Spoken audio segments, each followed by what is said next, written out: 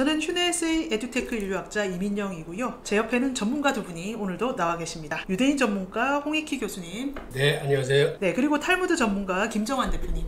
네, 반갑습니다. 네, 저희가 지난 편에서 유대인의 창의성의 비결이 무엇인가, 그래서 평생 공부하는 거, 그리고 평등사상, 그리고 가정에서 배우는 어릴 때부터의 자녀교육, 이런 얘기들을 좀 해봤었는데요.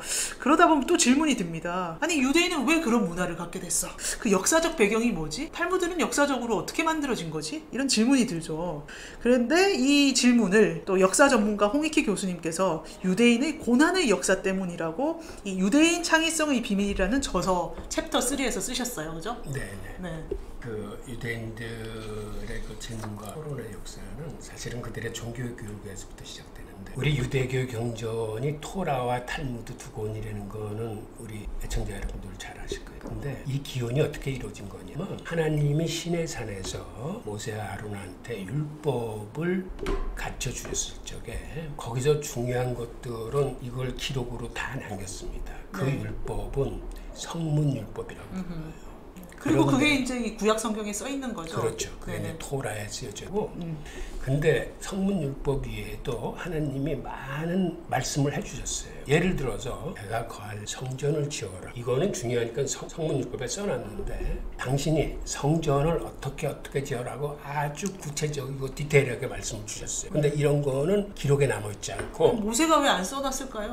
아니, 그런 얘기들은 워낙 많기 때문에 이거는 입에서 입으로 전해졌어요. 그래서 이거를 구전율법이라고 그래요.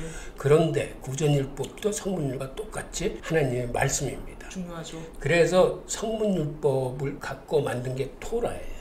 그 다음에 나중에 기원전 6세기에 유대인들이 먼저 토라를 완성시켜 놓고 바빌론에 잡혀갔을 때, 그 다음에 이런 구전율법들을 더 이상 방치하면 잊어버리거나 훼손될 수 있다고 생각해서 그때서부터 기록으로 만들어 놓은 게 토라의 시작이에요. 거기다가 당시에 랍비들이 그 구전율법을 옆에 해석을 써놨어. 이래서 완성된 게 탈무드거든요.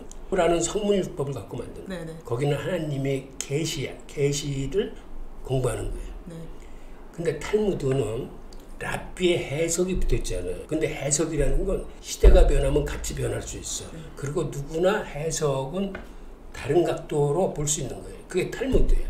그래서 탈무드는 이건 혼자 공부하지 않고 항상 두 명이 조를 짜서 한 사람이 질문하고 답변하고, 모르는 거 있으면은 토론하다가 랍비한테 물어보고, 이렇게 공부를 합니다. 종교교육. 거기서 발전해서 그 종교교육이 공교육도 그거를 그대로 따와서 유대인의 교육은 대부분 질문과 토론으로 형성되어 있어요. 그게 탈무드가 생긴 역사적인 연원이에요. 여기 게마라, 미시나 게마라, 이게 탈무드로 합쳐지는 과정도 좀. 미시나 게마라, 이제 구전율법이 이제 사라질, 구전율법은 이제 그 말에서 입에서 입으로 전하는 거잖아요. 스승의 제자, 부모의 아버지에서 아들로 이렇게 전해지는 건데, 문제는 나중에 이제 로마에 지배하 있다 보니까 로마 황제들이 유대인들을 굉장히 싫어합니다. 두 번이나 폭동을 일으켰죠. AD 66년, 132년 이렇게 폭동을 일으키니까 로마 황제들 보기에 다른 민족들은 잘 잠잠한데 쟤네들은 이렇게 반항을 하고 하냐, 엄청 유대인들이 토라 배우는 걸 금지하고, 그리고 이제 그걸 가르치는 랍비들은 잡아 죽이고 이랬어요. 근데 랍비 한 명이 이렇게 순교를 당하잖아요. 그럼 도서관 하나가 불타는 피해예요. 그 사람이 그걸 평생 동안 암기하고 있는 양이 엄청나잖아요. 그러니까 이제 그런 것들이 그걸 지켜보면서 이런 유대 랍비들이 죽어갈 때마다 안타까운 거죠. 그래서 랍비 유다 하나시라는 사람이 다윗의 자손이에요. 다윗이 이렇게 계보를 따지면 다윗과 연결되는데, 나시 그러면 사내들이라는 공의회가 있는데, 거기서 대통령, 지금으로 말하면 수장이에요. 대통령격이. 그 다음에 거기에 대법원장 격이 베이스딘, 대법원장 격인데, 어쨌든 나시 하면 그 사내들인의 대장이었던 거죠. 당시에 대통령격인 거죠. 그분이 이제 그런 죽어가는 랍비들, 순교당하는 랍비들의 어떤 피해를 보고 있을 수가 없다. 그래서 구전율법을 전국에 있는 랍비들한테 다 뭐라 그래가지고 적게 했어요. 머리에 있는 거 적어라. 다 적어갖고 내놔라. 그래가지고 이제 그 탄나임이라는 랍비 그룹이 있어요. 그 그룹이 그걸 전부 책으로 만들었는데, 정리를 해서 책으로 만들었는데, 그게 미시나예요. 미시나고, 그래서 그 미시나는 6개의 주제가 있고요. 처음에는 씨앗, 절기, 여자, 그다음에 상해, 성물, 그다음에 정결 이렇게 6개 주제로 되어 있습니다. 이 6개 주제가 다 연결돼 있어요. 연결돼 있는데 그까지는 말씀 안 드리겠는데 복잡하고 그래서 그 모든 것을 다 이렇게 배우면 유대인다운 유대인을 만드는 거예요. 그게 교육 교재로 쓰이면. 그래서 그 미시나를 이제 한 300년에 걸쳐서 만들었어요. 네. 아니, 한 200년 AD 지금부터 200년경에 그걸 완성을 했어요. 그런데 이제 그 미시나를 보니까 그것마저도 좀 애매한 게 많아요. 네네. 이해 안 되는 것도 많고. 그래서 그거를 토론을 했어요. 서로 주고받으면서 토론을 했어요. 그걸 본문해가지고 그 본문을 미시나 본문을 토론한 내용이 게마라예요. 네네. A라는 랍비가 미시나 이 구조는 뭔 뜻이냐? 질문 던지면 B라는 랍비가 이런 뜻이다. 아니야, 세 번째 랍비는 그런 뜻이 아닌 것 같아.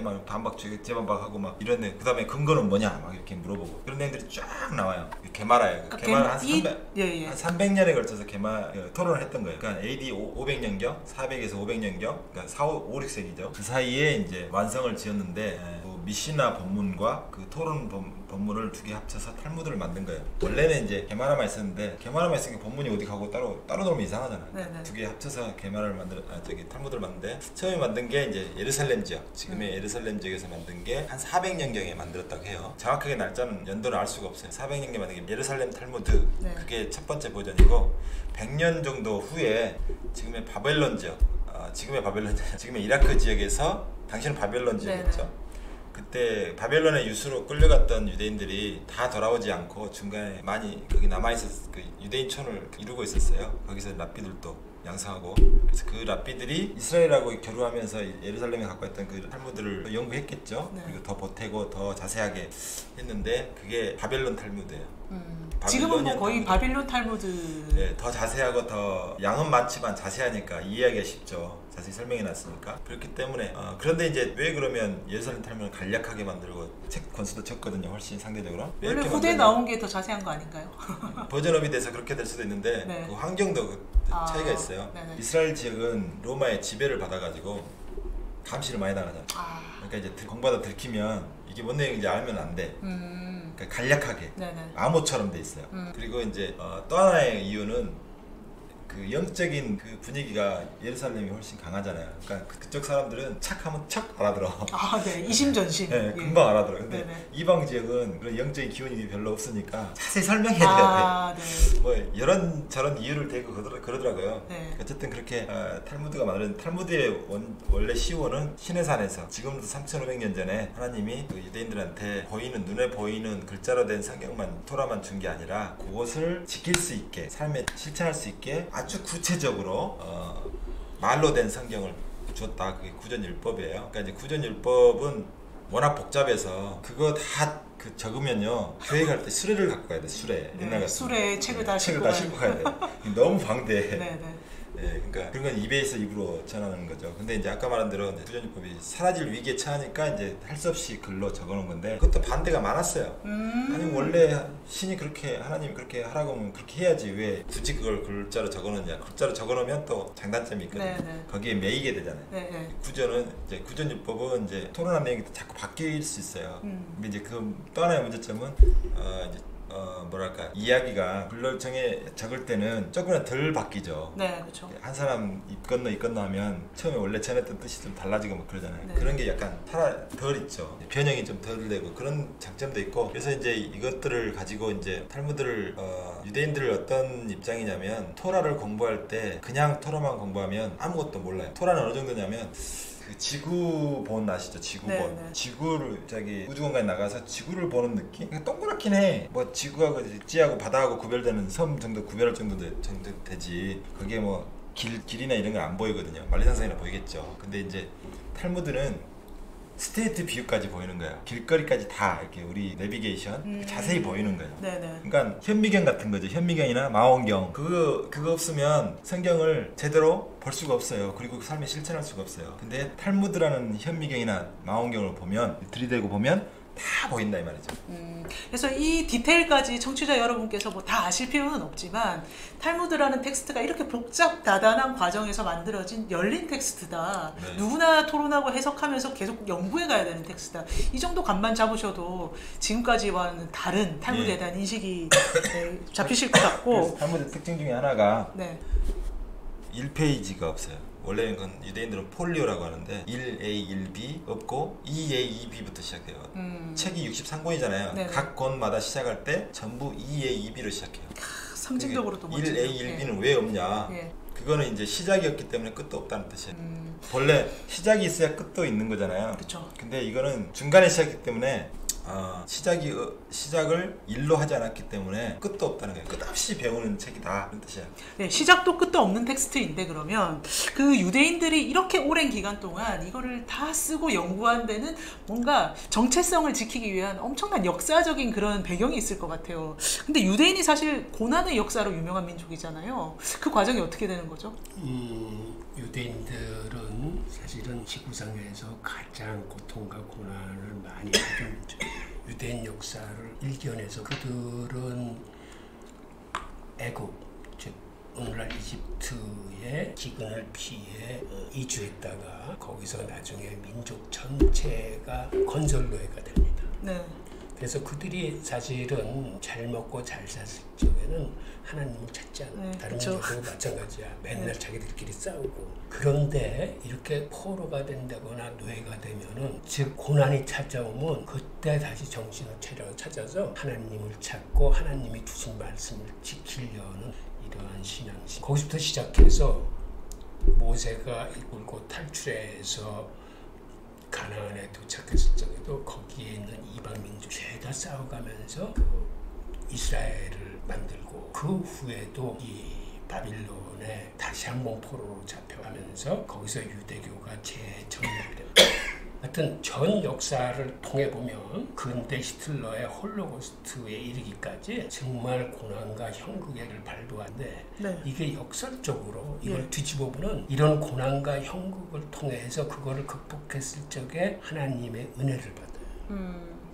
그러니까 유대인이 오늘날 글로벌한 민족에서 세계적인 매콤함을 성취한 시기가 대부분 이 고난의 시기, 디아스포라로 전 민족이 흩어졌을 적 그들이 민족 공들성을 잊어버리지 않은 가장 중요한 이유가 그들이 탈무드를 가능해요. 탈무드가 하나님이 주신 율법이자 그들을 국제법으로 한 공동체로 묶어놓는 힘이 있어요. 그래서 유대인은 이런 고난을 통해서 어떤 숨겨진 축복을 받은 민족 그들 스스로. 이런 고난의 역사를 계속 겪다 보면 뭔가 공동체 의식도 굉장히 강해졌을 것 같아요. 그거는 사실은 유대인이 공동체 의식이 강한 거는 살아남기 위한 처절한 결과가 있죠. 그러니까 그들이 디아스포라로 이렇게 흩어져 살았을 적에 자기들이 여기서 생존을 하려면 단결해야 된다는 걸 뼈저리게 생활 속에서 느낀 민족이에요. 그러니까 단결을 하는데 가장 중요한 게 공동체 약자를 돌보는 거예요. 그래서 유대인은 체다카가 바로 거기서 나옵니다. 체다카라는 게 공동체 약자를 돌보는 거예요. 고대에는 전쟁이 많으니까는 과부나 고아가 굉장히 많아. 그 다음에 전쟁하다가 다친 이 상위군인? 상위군인이나 노약자나 이런 혼자 힘으로 살아갈 수 없는 사람이 많은데 이걸 공동체가 끝까지 지켜주는 거예요. 그러니까 그들이 체다카는 그런 약자를 봤을 적에 내가 도와줄까라는 이런 선택의 문제가 아니에요. 인간이면 당연히 해야 될 도리야. 그거를 지키지 않으면 불의한 인간이 되는 거예요. 그게 그들의 종교와 그들의 공동체가 가르치는 거예요. 그 정신이 지금까지도 유대인들한테는 살아있는 율법을 통해서 탈무드. 네, 그래서 이제 조금 더 말씀드리면 유대인의 생존의 비밀을 많이 이야기하거든요. 뭐 안식일을 잘 지켜서 토라를 배워서 뭐 하나님의 선민의식 때문에 그 중에 쩌다카가 중요한 역할을 했는데 쩌다카가 경제적인 문제를 해결해줘요. 이미 말씀드렸듯이 교수님이 말씀하셨듯이 이런 쩌다카가 없었다면 그 유대인들은 쿠파제도 아시죠? 공동체를 위한 쿠파제도를 만들어서 복지 공동제도 복지제도죠. 복지제도 그걸 통해서 다른 민족한테 의지하지 않게 한 거예요.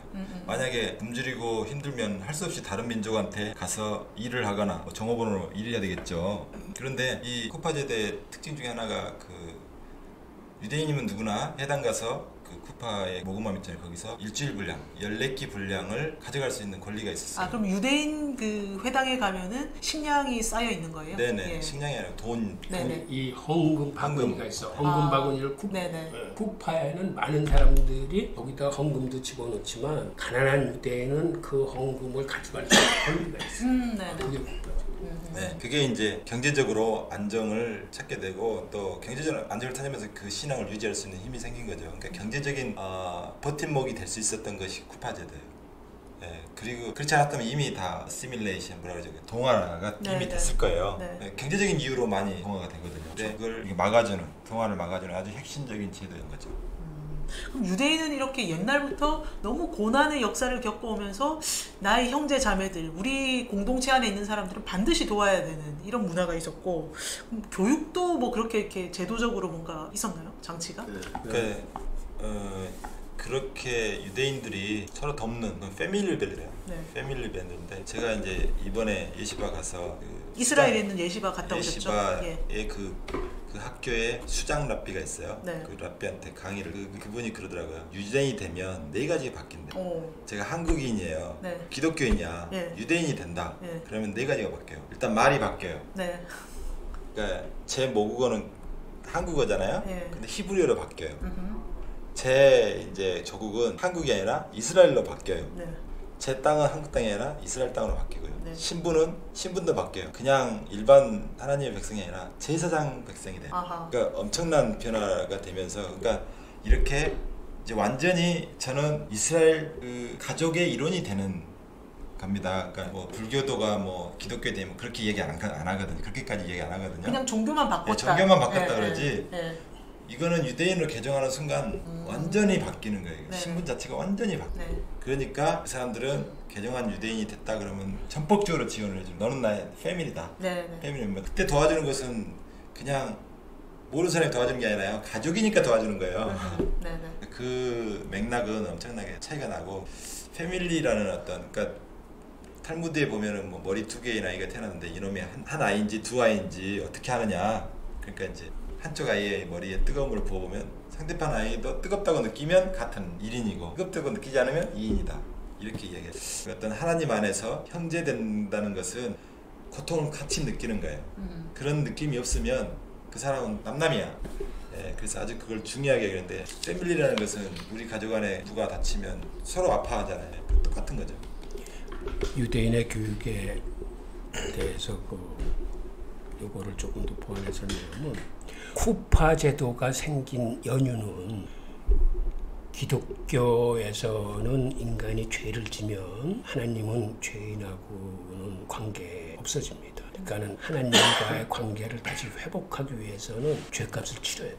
그런데 기독교에서 죄값을 치른다는 거는 사실은 옛날에는 죄의 싹은 사망이라고 그래서 자기 목숨을 바쳐야 죄값을 치르는 거예요. 근데 그렇게 해서는 살아남는 사람이 아무도 없어. 아, 그렇죠. 그래서 하나님이 대신에 죄 없는 어린 양의 피를 바치라고 했어요. 그래서 예배라는 게 죄 없는 어린 양의 피를 바치면서 자기가 갖고 있는 가장 귀한 재물을 같이 바쳐서 하나님한테 죄사함을 받는. 근데 현대에 와서는 죄사함을 어떻게 받냐면 일단 죄를 지면은 회개해야 돼. 그리고 회개한 다음에 기도를 올려. 그래서 이제는 하나님하고 직접 교통하면서 그 죄를 탕감하는 방법이 현대화되고 심플해졌어요. 그런데 유대교는 여기까지는 그러니까 아까 말씀하신 거는 기독교 기독교. 똑같아요. 예. 여기까지는 기독교. 근데 회개나 기도는 다 말로 때우는 거예요. 아, 그렇죠. 네. 네. 거기는 성의가 들어가 있지 않을 수도 있어. 그렇죠. 근데 유대교는 거기다 하나 덧붙이는데 죄값만큼 성의껏 헌금을 해요. 아, 이게 핵심이에요. 그래서 물심양면. 그래서 쿠파는 네. 빌 적이 없어. 항상 헌금이 풍성하게 들어와. 네. 기독교 회당에 가서는 헌금 내고 안 내고는 자유. 그렇죠. 지만 네. 유대교 회당의 쿠파에는 자기 죄를 사할 만큼의 성의를 보여야 되기 때문에 그대로부터 쿠파의 바구니는 항상 넘쳐. 그리고 대신에 유대인이면 누구나 그 쿠파에서 자기 먹을 거를 가져갈 수 있는 권리가 있어. 그래서 유대인은 그대로부터 기본권에서는 해방된 민족. 네. 유대인으로 태어나면 일단 굶어 죽거나 얼어 죽는 일은 없어. 근데 그것만 쿠파가 해결하느냐? 다른 모든 거를 섹터를 다 구분해서 완전한 시스템을 만들어놨어요. 걔네들. 이런 기본적인 생존권 확보뿐만 아니라 공동체가 교육도 책임져. 아버지의 벌이가 신통치 않으면 공동체가 책임을 져줍니다. 그래서 회당은 예배 보는 장소보다는 교육의 장소로서의 기능이 더 나. 항상 거기는 무료 교육을 실시해.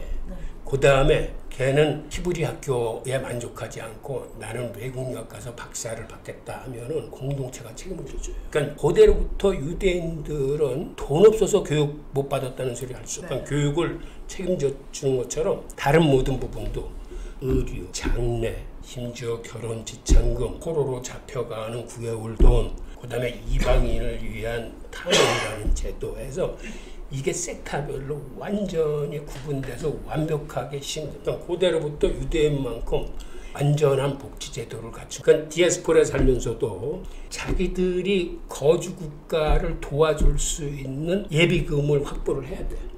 그러니까 유대인은 주변에서 도움을 받지 않고 자기들이 도와줄 수 있는 능력을 키워야 제대로 된 디아스포라.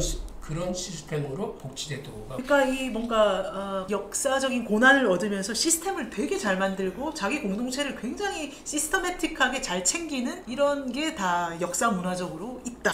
그러다가 이제 또 사람들이 뿔뿔이 흩어져 사는데 한 공동체라고 느끼다 보니까 뭔가 정보도 왔다 갔다 하는 그런 공동체였을 것 같아요. 그렇게 떨어져 살면 이제 랍비들이 종교적인 의문점이 생기면은 편지로 서로 물어봤어. 이걸 이렇게 예배를 드리다 보니까 이런 제가 생긴 당신은 어떻게 생각하나? 그래서 이런 종교적인 서신을 왕래하면서 그 옛날에는 길다는 게 굉장히 위험하고 제대로 된 길도 없었을 때 그들은 편지 수송로를 갈고 닦은 겁니다. 그게 나중에는 그대로 그 교육과 통상의 교통로가 그게 네, 무역을 그러니까 그 질문지에다가 밑에다 물가정보도 같이 적어보니까 옛날로 말하면 구글 시스템을 그때부터 이미 수천 년 전에 네. 구글 정보를 다 선안에 다 치고 있어요. 네.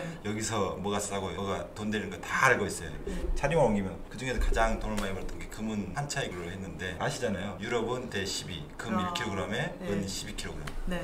중국은 1kg에 은 5kg 바꿔주거든요. 네. 그 한 차익을 무한 반복하면 돼.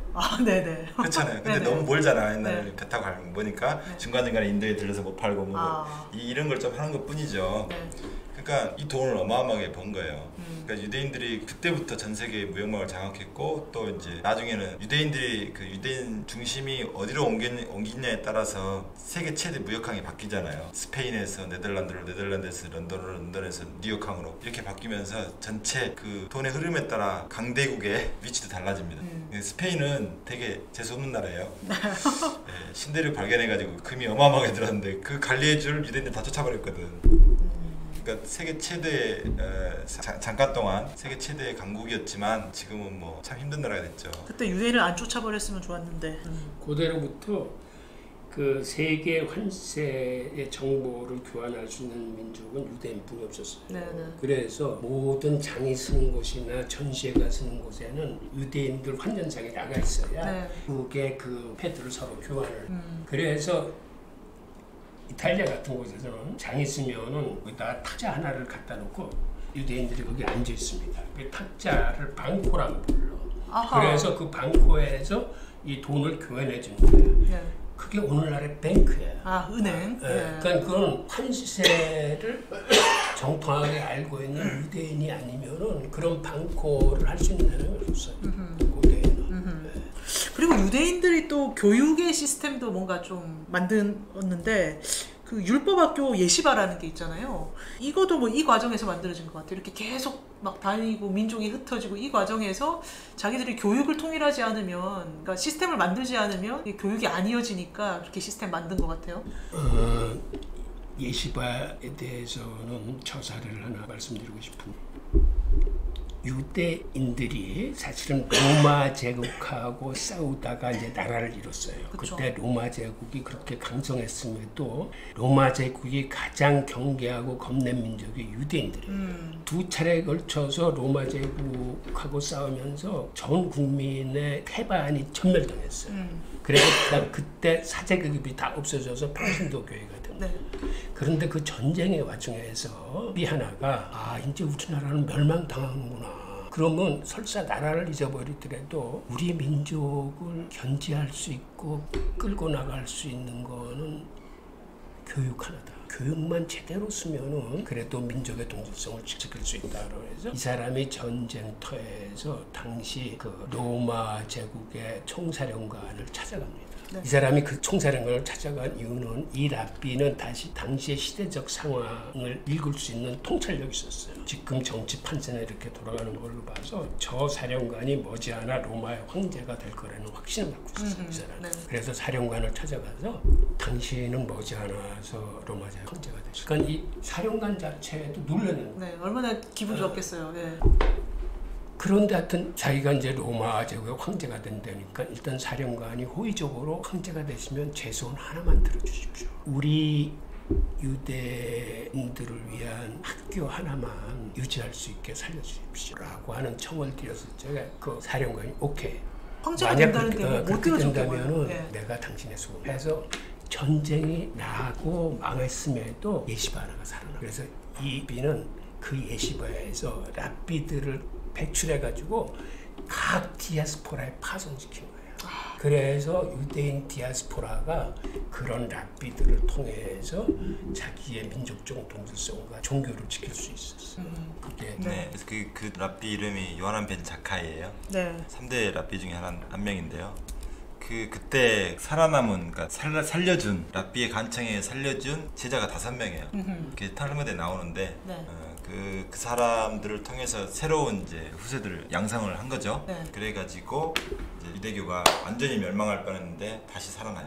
그래서 그게 이제 어떻게 보면 남한산성 영화가 생각나는데 항복할 것이냐 싸울 것이냐. 네. 근데 보니까 옛날에는 뭐 항쟁 서로 이렇게 싸우는 것이 더 나았을 뻔했는데 그런 이야기도 하는데 최맹길의 이야기처럼 때로는 항복에서 삶을 일단은 살아야 뭐 나중에 후위를 도모할 수 있잖아요. 그래서 그렇게 했던 것이 지금은 로마 제국은 사라졌지만 유대인은 또 살아남았잖아요. 그렇죠. 네. 그게 아니었으면 그때 어떻게 될지 몰랐는데 그 잠깐 동안에 굴욕을 참으면서 후학을 양성했던 것이 신의 한 수였다. 이렇게 보는 거죠. 그래서 이제 유대인이 그 교육을 지키면서 지금까지 살아남았다. 네. 그래서 아까 이어서 조금 더 말씀드리면 이런 이야기가 있어요. 어떤 마을에 랍비들이 파견 나가가지고 마을 사람들을 모아놓고 이렇게 이야기하죠. 마을을 지키는 사람들이 누구냐라고 하니까 뭐 마을 사람들이 전사들, 군인들 막 데려다 앞에다 세웠어요. 그랬더니 이 사람들은 마을을 지키는 사람이 아니다. 마을을 지키는 사람들은 교사들이다. 교사들 데려와라 이렇게 이야기했다고 합니다. 그러니까 이것도 굉장히 통찰력 있는 이야기죠. 자기들의 이제 역사적인 경험을 통해서 보면 그게 틀린 말은 아니에요. 예, 저희가 지난 편과 이번 편에 홍익희 교수님이 쓰신 유대인 창의성의 비밀이라는 책을 놓고 저자 직강으로 유대인 창의성이 어떤 건지 어떤 사람들이 있었는지 이 비결이 뭔지 정말 간략하게 훑어봤어요. 근데 정말 자세한 내용을 아시려면 이 책 한번 읽어보시는 거 제가 추천을 해드리고요. 그리고 저희가 탈무드의 역사에 대해서도 간략하게 말씀드렸는데 뭔가 복잡한 텍스트다 뭐 이런 느낌은 드실 텐데 구체적으로 잘 모르실 거예요. 그죠? 그래서 다음 시간에는 저희가 김정환 선생님이 쓰신 책이 있습니다. 랍비가 직접 말하는 탈무드 하브루타 책. 여기서 이제 탈무드가 어떤 책인지 좀 더 자세히 랍비가 직접 얘기해 준 걸 번역하신 책이니까요. 이 책에 대해서 또 저자 직강을 들으면서 탈무드 어떤 책인지 한번 자세히 알아보기로 하면 좋겠죠? 네, 좋습니다. 저자 직강이 아니라 번역자 직강. 번역자 직강. 네. 이 책에 대해서 뭔가 아쉬워서 한마디 더 하고 싶다 이런 저자의 말씀 있으신가요? 앞으로 우리가 유대인에 대해서는 이제 배울 것이 많기 때문에 네. 하여튼 부담 없이 즐거운 마음으로 방송을 들어주시면 감사합니다. 네, 대표님은 또 뭐 하실 말씀 없으세요? 네, 뭐 탈무드는 유대인하고 뗄래야 뗄 수 없는데 이제 교육하고 연결돼 있고 또 뭐 하여튼 여러 가지로 다 유대인들의 문화 속 이렇게 다 스며들어 있어요. 그걸 이해하면 유대인들로부터 배울 게 무엇인지 좀 찾을 수 있지 않을까 그렇게 생각해서 이 방송을 귀 기울여 들어주시기 바랍니다. 네, 그러려면 구독과 좋아요를 많이 눌러주시고 팟빵 게시판에 궁금한 점 그리고 저희에 대한 격려 많이 댓글 달아주시면 저희가 더욱더 나은 방송을 만들도록 하겠습니다. 오늘도 들어주셔서 감사드리고요. 다음 편에 네. 더 나은 방송으로 찾아뵙겠습니다. 감사합니다. 네, 네, 감사합니다. 고맙습니다.